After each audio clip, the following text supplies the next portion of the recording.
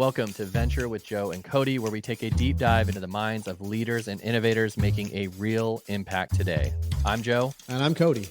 And we're here to bring you the raw stories, the successes, and the setbacks that these trailblazers have experienced in their journey to where they are today.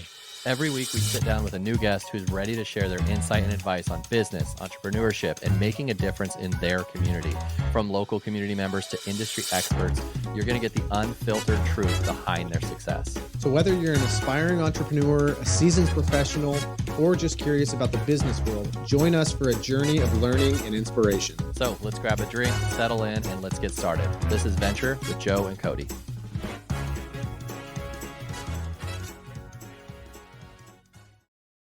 Hey guys, welcome to another episode of Venture with Joe and Cody. I am Joe Skipper. As most of you may know, the owner of Skipper Realty Group, brokered by eXp Realty in Oregon, with my friend Cody Wilhelm with Residential Mortgage up in the Washington area. How are you? Washington. And Washington. I always get your city messed up. I don't want to say where you live though, you know. You can say where I live. Like, I don't want to put your address out there. Maybe I will. I don't know your address. Put it out there. We don't get enough mail. If you need a loan, come on by. Like, just don't come on by during dinner. We got kids unless we're prepared for you. Right. I've got a story for you, but I won't tell it on here. I'll have to tell you about it. Yeah, sometimes when people have your address, it's not always, they can become stalkers. Ooh. Yeah. Well, you're an attractive man. You got a personality. Well, You know, it's very hard to keep them off, you know. Keep the stalkers at bay. All of them. It seems like a weekly occurrence at this point. Right? Yeah. It just gets to be, you know, I'm flattered by it all, but guys, come on. I'm married, happily married. I got kids. Like, let's not a lot of time on my hands. Calm it down. Speaking of stories that we wish we could tell, man, it's like I think we need to retire, or when we retire, we just like go off on every story we had that we couldn't say of the different things, because obviously we talk off air about certain things we've had happen recently and we're like, man, just to vent. I've thought about that so many times over the years. I'm like, man, if I didn't have a job where I had to really like care about what people thought of me, I probably wouldn't do anything any different. I probably wouldn't either, but I feel like I could. Yeah, right. I wouldn't feel so restricted. Yeah, I'm not going to post this anyways, but man, if I wanted to, I could. I could have. I think the same thing. I'm like, you know, sometimes, especially like, I have my opinions, you know, as everyone does, but especially like with things on Facebook that people say, I generally want to joke, but jokes can come off as like very rude, and I'm very sarcastic. So even like friends that have different political beliefs or something, I always just want to make a comment that's funny to me. Right. But one, it's probably not appropriate, and two, it just reflects on me. So and it's not even against a D or an R or anything like that. It's against everyone. I just want to make funny comments on everyone's stuff, no matter how serious it is. I know. I'm with you, because a lot of times it's not even something that is a big thing one way or the other. Yeah. It's just like half the time it's just something really stupid. I know. And I'm like, man, I would love to put that out there. I know. But I know I shouldn't. I know. I just read an article from a friend, and I just like, it's a terrible thing. It's probably a terrible quality I have, that in my mind I'm like, man, what could I say about this? Like, what joke what one-liner could I say that would spur them along? And then, but I know the comments would be like, oh, you are insensitive, blah, blah, blah. Right. Like, so yeah, anyways, I just keep my mouth shut. Yeah. I know. When we retire, sometimes it's the best thing, but there's definitely, you know what? We're only a couple years away from retirement age, I think, right? Just like another lifetime. I wish. You think about like how short life is, though. You know, I'm like, man, I know. People do work till like 60 something years old, and then you know, once your body's all broke down, and then they're like, hey, you can't do anything. You don't have to work, but now you're gonna have a heart attack. So yeah, that's great. Awesome. I know. Anyways, let's just quit now. Let's just. That's why we do it, though. That's why we do this. That's why we do this, because we like what we do and we enjoy it. This is practically retirement right here. Yeah, true. Look at us complaining, like, as we're on a podcast, joking about making fun of people. Like, so we have it pretty tough. Like, we do. Hey, serious note, don't make fun of people, for one, and two, never would. What's so the tariff stuff? What's happening in your mortgage world as you see daily the tariffs things going on? Yeah. Well, it seems like there's just a lot of uncertainty right now. So from what I've seen, so today, as of today, what I saw before we got on here was that it was throwing a wrench in things, and now it appears that there's a pause, like a 90-day pause for some countries. Oh, okay. I don't know exactly. So we're airing this Friday, probably. Yeah. So Wednesday. Not completely up to date, but. Right. But so it'll be interesting on Friday or Saturday to look at this. I know. And see what's happened. You liars. Since then. You liars. Yeah. But since that announcement, there's been like this huge reversal in the stock market. So yeah, it's just been weird because there's not really a lot of consistency. I think a lot of it is like the rumors create a reaction, and then the reality creates another reaction. And then and it's like reaction after reaction. So right now it kind of feels like a little bit of early COVID or early 2022, like when rates were just really uncertain because everything else seemed to be kind of uncertain. So it's just like big movements one way or the others. All that to say, it's just causing a lot of chaos, but really not sure which direction it's going to really go, or if it's just going to kind of bounce around high and low and then level back out. Which is kind of like, from an overview kind of thing, it's kind of scary how fickle everything is. Because there was one, and I don't know, there was some rumor that came out and it posted on X. I just saw a little glimpse, so don't attack me on, on my comments of like me not knowing what I'm talking about. But someone started a rumor, like said something that like Trump was going to do X, and it made the stocks like immediately go up or down or something like that. And then they had to apologize, and the stocks reacted the inverse way.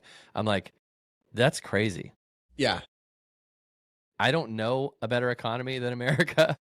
Right. However, I'm like, the fact that that an X post changed a portfolio of someone.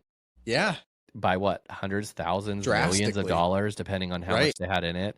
That's crazy to think about. Barring the mortgage rates, like I'm like, the fact that like some person can change something so easily, man. Yeah, I feel like it's House of Cards a little bit. It is, yeah, for sure. Because it doesn't feel like there should be that reality. I know, but it is. That somebody says something. I know, and for better or worse, it has a huge shift in things. And I will say, a lot of times it ends up getting reversed. After a couple days, but it's like this bounce back and forth. It's just nutso. Yeah. I wonder if it is House of Cards. I wonder if we are living in it. And we just don't know it. Probably. Don't give me a thumbs down. That was for you. That was not for me. It's like, no, it's not House of Cards. This is House of Cards. Someone's watching our stuff and making a thumbs down on your thing. House of Cards was a good series, by the way. I didn't see it. Cody. I know. Cody, I'm bad with shows. You leave right now and go watch that show. I'm bad with shows right now, dude. It's scary. I'm bad with movies and shows. What worries me about that stuff is that someone did some research to find out, that maybe some of it's true, if that makes sense. Yeah. Like you have to do your kind of oppo and bio research into making a show or a movie of what's real, what's not, and you obviously expand on it to make it more exciting. But I'm like, I know. I don't know. At this point, I don't doubt anything. I know. I feel like over the years, anything could be real. Anything. Over the years, I felt like I just kind of kept a blindfold on and went about my day. And over time, I'm like, I think there's a lot more that goes on that I don't know about and that we don't know about. And do I care enough to like try to figure it out? I know there's more than I did before, but not really. I don't know, man. I don't care. I don't want to say there's enough going on that you have to care about. There's enough going on, that I have to care. But it is like there were times that I was like, I'm just happy when I got out of politics. Like I wasn't in politics, but I was, with politics. You're close. Yeah. Man, the peace that came over me when I didn't have to think about it every single day or hear about it every single day. I still talk to my friends who are still in politics, and I'm like, how do you do it? Like I've left it, and I wasn't even in it. I wasn't even in the world. Right? Like I was just monitoring it, and like I didn't even realize when I left that stress being gone. And like my friends are still doing it and love it. My brother does it, and I'm like, how do you do this on a daily basis? But right. because you were close to it, did you find yourself more involved in it just because obviously that was part of your business more or less? And then as you get away, you realize, oh, I don't need to care about this as much, or don't want to. It was such a nitty gritty because you're with the most powerful person in the state. And so you're hearing everything, you're seeing everything, your job. Yes, we don't talk about it on a, constant basis, but your job was being around the person that talks about politics on a regular basis. Sure. So you just by default had to hear it. And so, and then you have the friends that you can make within her staff, and and you hear it because that's their job. They're talking about their job. So you just kind of indirectly and directly just were living the life of a politician. And it's like when I left, I wasn't like super stressed, but when I left, I was like, wow, I don't have to care what decision was made or what speech was given that's going to make someone mad or happy or whatever, so that sort of stuff. It's just kind of brought a piece to me. I still tell my friends, I'm like, you got to take like a sabbatical off this crap. Like, just leave it for a little bit. But I mean, I couldn't imagine. I go through waves where like I will pay more attention to the news. I'll kind of like look at more articles, and every time I do, it doesn't matter what season of life I'm in. Every time I'm like, it just kind of ends up being a little more frustrating. And there's just all these things, and I'm like, I don't need this. I want to stay informed. I think that's the thing, right? It's like you want to kind of stay up to date on what's going on, what's out there. I don't want to be the person that's just like has no clue. But every time I do kind of start to depressed constantly. Every time I deep dive into it, I'm like, I think I need to stop for a little while because this is, I can see why people go a little bit crazy, like super radical one way or the other, because you're just looking at it from, I think most people are looking at it through their lens. For sure. Right. So it's hard to step back and look at it from both sides and kind of try to get a good mix of both. So whatever side of it is that you're on, it can be very frustrating. And before you know it, you're like, that's what some of your conversations end up being like. And you're like, let's go back to sports and kids talk and like, what did you do this weekend? Because for sure. Speaking of sports, we have the Masters. We do. And so here's what I did. So I'm not a crazy bettor, but I like to DraftKings, like pick parlay bets and do random stuff. So in my wisdom, which I'm sure everyone in society has done that bets, is ask ChatGPT. Oh yeah, go to the chat. But no, I went one step further with ChatGPT. There's now a deep research button that you can push with ChatGPT. So by the way, anyone listening that actually wants anything productive out of Cody and I today, this is what you're going to get, and then it's not coming out again. But ChatGPT has a deep research button that basically makes it delve further into the internet and resources to find out things that you need. So in the event that you have to research something or you have to find out for a client what X is doing or whatever, like if you press deep research, it takes like probably 5 minutes, but ChatGPT will go in deep and find a bunch of resources, cite the resources, say what they think, say what based on this. So really cool thing. So serious note, I said, I want to bet on the Masters. I need you to do some deep research into historic facts of the golfers and current things that are going on with golfers and where you think that my best bets. I want some high risk bets. I want some low risk bets. And I want, here's the money I want to spend. And I want to see what you suggest. So I have some, I have I have one with Rory winning. Okay. Yep. I have Scheffler and Rory top 10. Some of those are some of the safer bets. The safe ones, those sort of things. I think I have Hideki winning. I don't know. So it kind of went through its process and told me why I think I should bet and how much I should bet for each one and what it would win me. And like if this bet wins, then it makes up for any of the bets you take that are higher risk. So anyways, we'll follow up in another podcast and see if I'm a millionaire or we'll see if you're in the positive. Be like 100-aire. Right. Because it's not that much money, but to me, it was enough to trust ChatGPT. So I like it. Anyways, the Masters. Do you watch it? Are you? I do. Okay. I like watching golf a lot, and the Masters has always been one of those that's like the main one that I love to watch. I think growing up, that was everyone loves the Masters. Yeah. My dad would watch golf here and there, but I always remembered the Masters as a kid. It was just such a cool event. It was such a big, it's like the biggest tournament, or at least that's what I think a lot of people think. Yep.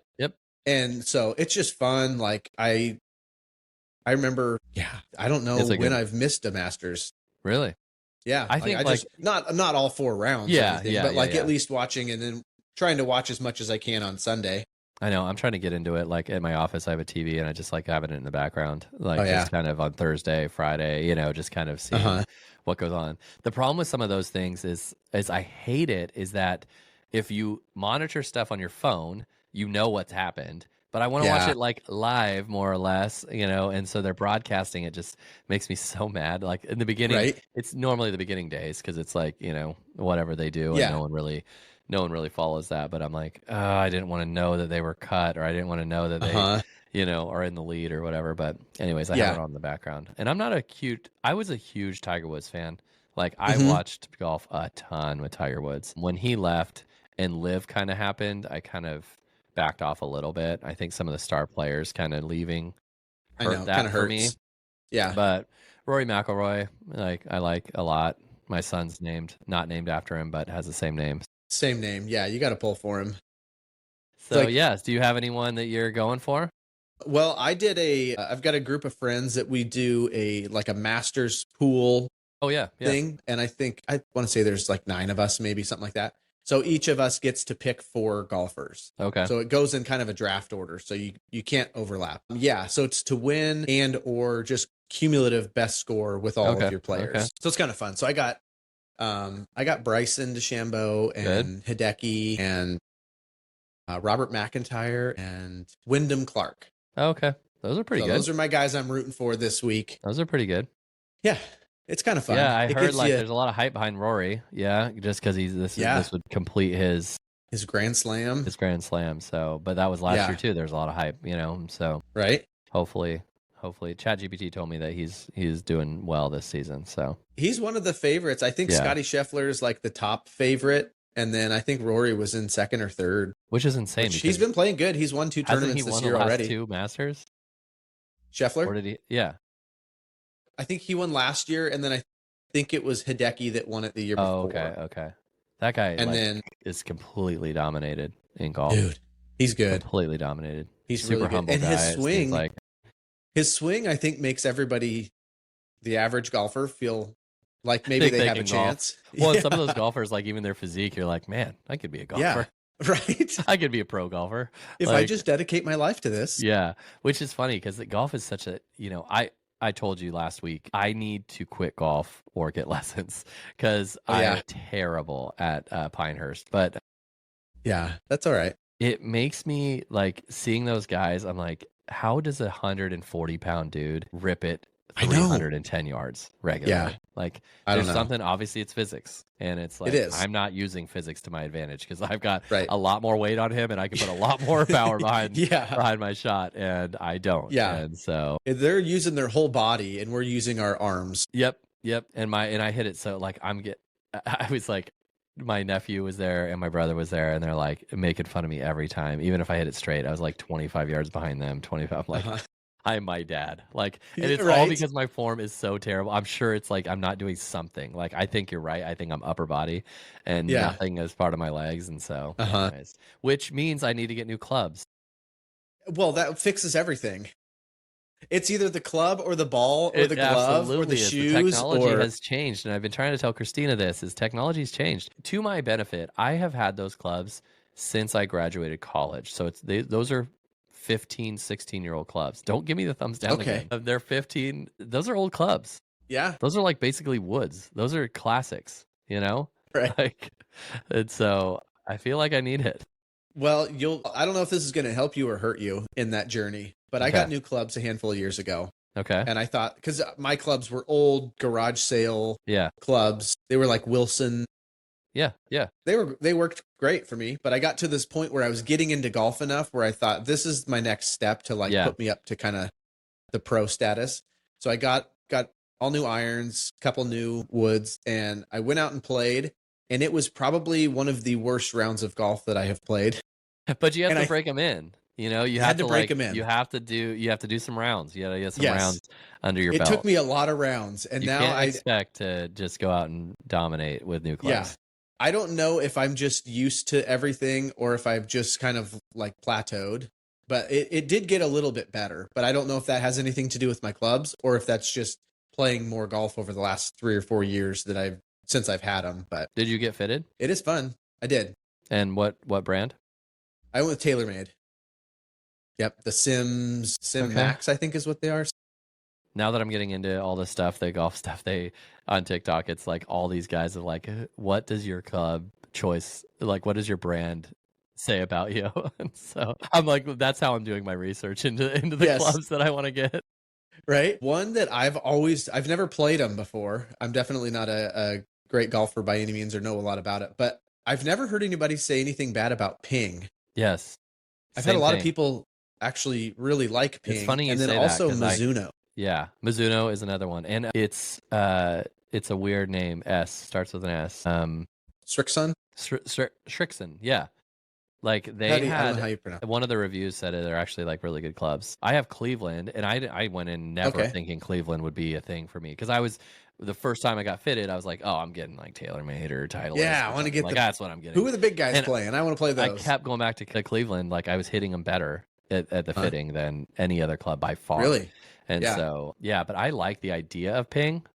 I just think it's like a unique brand. I need to stop going off of like aesthetics or title and actually go with what's going to make me work. But I'm like, Ping's nice.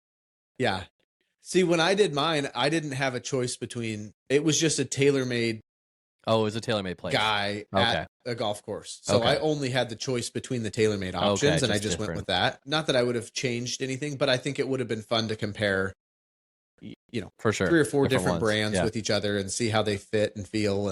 But I went to I'm happy with my clubs. I went to Redtail in Beaverton, which has, I think it depends on the guy you get or the gal you get, like whoever's fitting you. Mine was really good. My dad's went in and said he didn't have the greatest experience, but they were really good. Like, just let me hit as many as I wanted and went back and forth between clubs but old professional John Daly I saw on TikTok said, and with Bryson was there, said that you need to get fitted. No one gets fitted for their grip.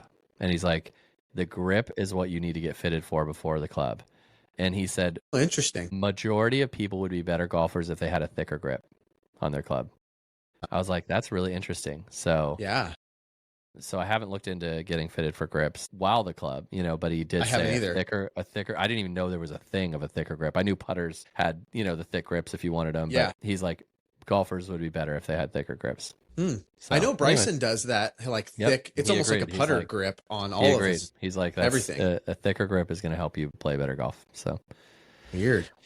Maybe new clubs and new grips, man. Here I come. Maybe so. But you could tell I bought like 15 years ago because I was like, oh yeah, like like some nice clubs are probably like $600 or something like that. My brother's like, you're an idiot. He's like, that's like a driver. Like, he's like, the clubs are like $1,600. I'm like, that is insane. Crazy. But it's an investment because I've kept clubs. I've shown I can keep clubs for 15, 20 years. So and that was my thought behind it too. Was over time, I'm not going to get new clubs again. And if I do, it's because I'm like old and hunched over and I need something different. But I have no reason or want to get anything different for a long time. But they are expensive. That's crazy. And you got them how long ago? I want to say I got them maybe 2019. Okay, so not too long ago. 29, maybe it's 2020 because I do remember there being a little bit of a COVID slow on the production of things. So maybe it was like mid 2020. Nice. And they've been great. I'm happy with them. They've stayed in good shape. What's your handicap? I think I'm at like a 10.5 or 11. Ridiculous. Somewhere around there. But that's I never feel like that's accurate.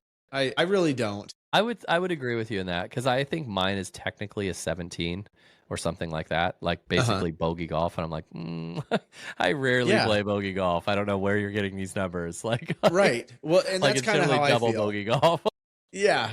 Like it's cool to see that. But then when especially when I go and play in a event or something with friends where we actually use the handicaps.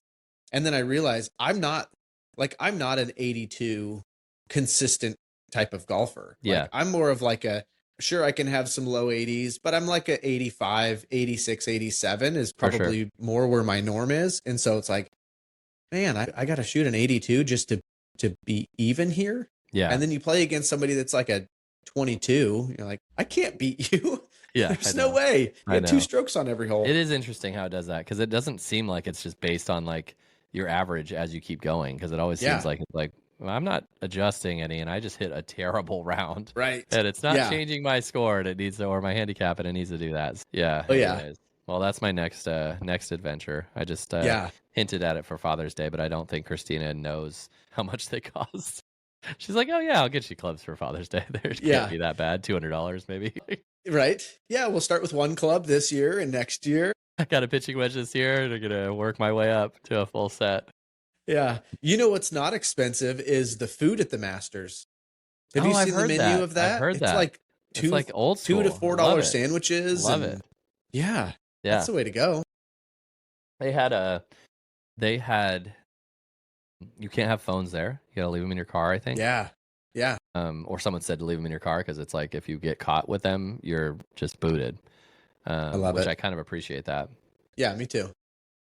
It would be a bucket list thing to go to watch the Masters. To play in the Masters would be a bucket list thing too. But yeah, I think it's more likely. I just go watch it. Yeah. Well, once you get those clubs, you never know, man. Option, dude. The new clubs, the new technology. Could be there. I could be absolutely there for sure. Yeah. Do you do the TaylorMade? Like, are you sponsored by TaylorMade? You have the bag. You have the. You basically have to show that you're a TaylorMade guy. Yeah. Okay. Yeah. No, I don't. But you don't? No, I think I do have everything. Like my drivers, I think all my clubs are TaylorMade. Even though I didn't get them all at the same time, I did kind of like that idea of just keeping with the same brand. But I don't play TaylorMade balls or have a TaylorMade bag. I think I'm a little like TaylorMade is kind of I feel like I have a little bit of ownership in that brand because I have the club. So I do like the brand, but I've never really been brand loyal when it comes to golf stuff. I think there's some that I just I'm not as attracted to, and then others that I am a little bit more. But yeah, I'm always open to rocking the TaylorMade. Nice. Yeah, we were gonna go a different route in this podcast, but I feel like this is just fine. Staying on golf. This works great. Yeah, it's the Masters weekend, right? Yeah. So we've got to talk about golf. Do you use a mallet putter or a? I do. Yes. Wait, mallet. I'm thinking about like there's like the blade, which is the thin one. It's like the block. Yeah. Well, there's the mallet's like the bigger block one, like the like that, and then the blade is the more thin one that like Tiger Woods used and stuff. The Cameron. Yeah. I can't, for some reason, I've never felt like I've been very good with the blade. I want to go with the blade, but again, I am terrible. So I'm open to anything. Like I have no loyalty to any part of golf right now. Like you could give me anything. I'd be like, I'm worth a shot. Right. Putting is one of those things that because I got a new putter, not at the same time that I got the new clubs, but it was probably a year or so after maybe, because putting was always been one of those, like I've never felt good about putting. Never. That's one that I should get some lessons on. So I got a new putter, and I thought that it was going to be the game changer for me. And it turns out you actually still have to know how to putt. Yep. Yeah, it really didn't help me at all. But I will say I've gotten used to it over the years, that I feel like it's at least more consistent rather than trying to tweak everything all the time. And like, for sure, because I had 2 different putters, and every once in a while I'd swap out the other one because I can't make anything with this one, so this other one's got to work. Worth a shot, yeah. Yeah. I think another bucket list thing would be to get a Scotty Cameron putter for me. That just is like a super nice, and I'll keep it forever. Like give it to my kids when I'm, right. It's just a matter of like which one do I want to work with, because I do want to commit to one or the other. But Scotty Cameron, I feel like that's like I don't know, it's is kind that of the still gold cool? standard. Like I think so. Like I think that's it'd be cool. Yeah. At least to me, it still is, I think, viewed as like one of the better putters. Yeah. Like I got a Scotty Cameron. Oh, you did? Nice. Off Wish. You know what Wish is? It's kind of like the old Temu. Yeah. Or I don't know if they're the same or not. Yeah. And I was like, oh, dude, let's try this thing out. That's awesome. It's definitely a Wish Scotty Cameron putter. Scotty spelled weird. It's like Skoty. I mean, it looks. But just I got it for like $50, so it's exactly great. Yeah, I got it for that reason of like, hey, maybe this is just like a decent putter that's obviously a knockoff, but it looks kind of like it. And I got it, and it's like, it's what you'd expect it to be. So funny. Would you ever wear? Ever wear a fake Rolex on that note? Like, would you ever buy a fake watch, like a fake high-end luxury watch? Or do I you don't have one? think so. No. Okay. But that's not me being, that's really just because I either just wear like the little Apple Watch, Yeah. or I wouldn't wear a watch. Okay. So if I I just was a saw watch guy, Yeah. I would. I just saw a I'm all TikTok about a thing on deal. that, like, of like, the bougie people. It's like wine. It's like the bougie people are like, "Ugh, they're your boxed wine." It's like, well, Right. it's cheap and I like it. Exactly. It But tastes the yeah, same to me. I was like, would I think the problem with wearing he had this funny story because he said he was a watch guy. That it was the two watch guys talking. He's like, would you ever wear a fake watch, or do you judge people for wearing a fake, high end watch? And he's like, there's this funny story if you look at some of the stuff of, I forget what war it was, but basically the Taliban. We had beaten maybe it was, I forgot what war it was, but basically they had these pictures of these Taliban like arm in arm with different people, and they had these Patek. I forget. My mind's gone blank. Patek watches, like basically Okay. multi-thousands, $80,000 watches, and they had a ton of them because they were all fake. And so the Tiffany really? blue, it was like the Tiffany blue was a super specific one. He's like, they only made like 100 or something, and like every Taliban fighter had like a silver Tiffany Patek. Like it was just funny. That's funny because it was all fake. But right. I just was like, could I do it? I think I would be hard to. I don't care. Like, I think it'd be cool to be like, oh yeah, people see it and maybe glance at it. It's a Rolex, but like, what if they ask you? Like, then it's like, no, it's not a Rolex. Like, I wouldn't be able to lie, Right. Because really, the guy like, argument was like, no one can tell. Like, honestly, no one, a good fake, no one could even. You could look at it, you could examine it. Unless you take it apart, you wouldn't even know it's not a Rolex. But I was like, I just don't know if I could do it because I'd have to. I think that would be the hard part too, is if somebody asked, like, "Whoa, wow, got a Rolex." I'm like, no. Yeah. I paid 40. Right. They're like, oh yeah, nice loser. It's actually now a I don't Rolex. like you at all. Like, So, anyways, I don't think I could do it either. I don't know that I could do it. I can do it with certain things. Like, I'm all about finding a deal because there's a lot of stuff that I just maybe it's just me, but I feel like the name of the brand of things ends up increasing the cost so much. Sure. So I'm like, if I don't care, and I feel like over time, I care less and less about the brand, which is probably kind of just transitioning me into my elder years too. Oh, for sure. But yeah, if I can find something that is comparable, that if it doesn't have the logo on there, I don't care. That's interesting with golf because Kirkland wedges. Yeah. Like everyone is like, these Kirkland wedges are awesome. Like, I want to try them, but they say Kirkland, and people are like anti them. But everyone, like, I think my brother has the Kirkland wedges, and he's like, he's got TaylorMade clubs, but he's like, they're awesome. He's like, I've heard that, and their putter, yeah, and I've played the Kirkland balls. Yeah, I like the Kirkland balls, but that's like just getting over that, like getting over yourself, really.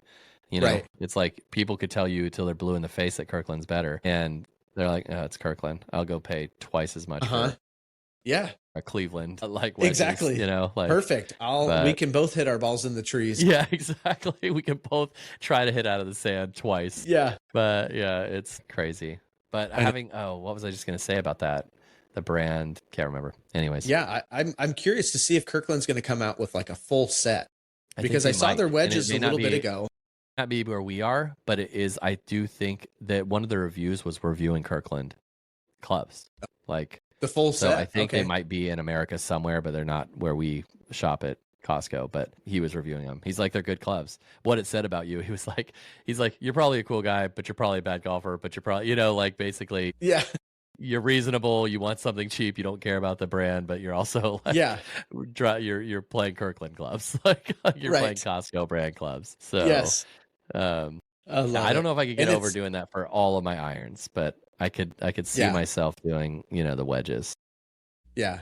I mean, at this point in my life, with how much my wife shops at Costco, our house is mostly Kirkland. Yeah. Oh yeah, for sure. Probably everything I'm wearing right now is Kirkland. Like at this point, I might as well just transition to my golf game as well. I know, it's so funny. Costco is just great, man. It's just great. Is. Like there's really nothing bad to say about them. No, I mean the quality is always good. Yeah. Return policy is great. Like all our snowboarding stuff, like all the the snowboard pants for the kids. For me, like I'm just like they're good quality and they're like $20. Like where you pay like $90 for a pair of pants, that have a brand name on them. So that you're going to wear a handful of times each year, and then they're going to be too small for them the next year. Life vests, all that stuff. Like I'm like for boating and stuff. I'm like Costco has it for $30. It's like $80 for a vest or a life vest somewhere else. So, anyways, Costco's great, but it is okay, man. Well, enjoy the Masters this weekend. I hope you win. You too. I hope I win too, and I hope you do. Combine. Maybe we can. It sounds like we've both got a little bit on Hideki, so maybe we can. I did have him capitalize with that. At least top 20, probably. I think I might have hedged and said he might win, but yeah, I don't know. Okay. So I like it. Okay, my man. Well, it's good to talk to you. Okay, dude. We'll talk too. next time. All right, sounds good. Okay. See ya. See ya.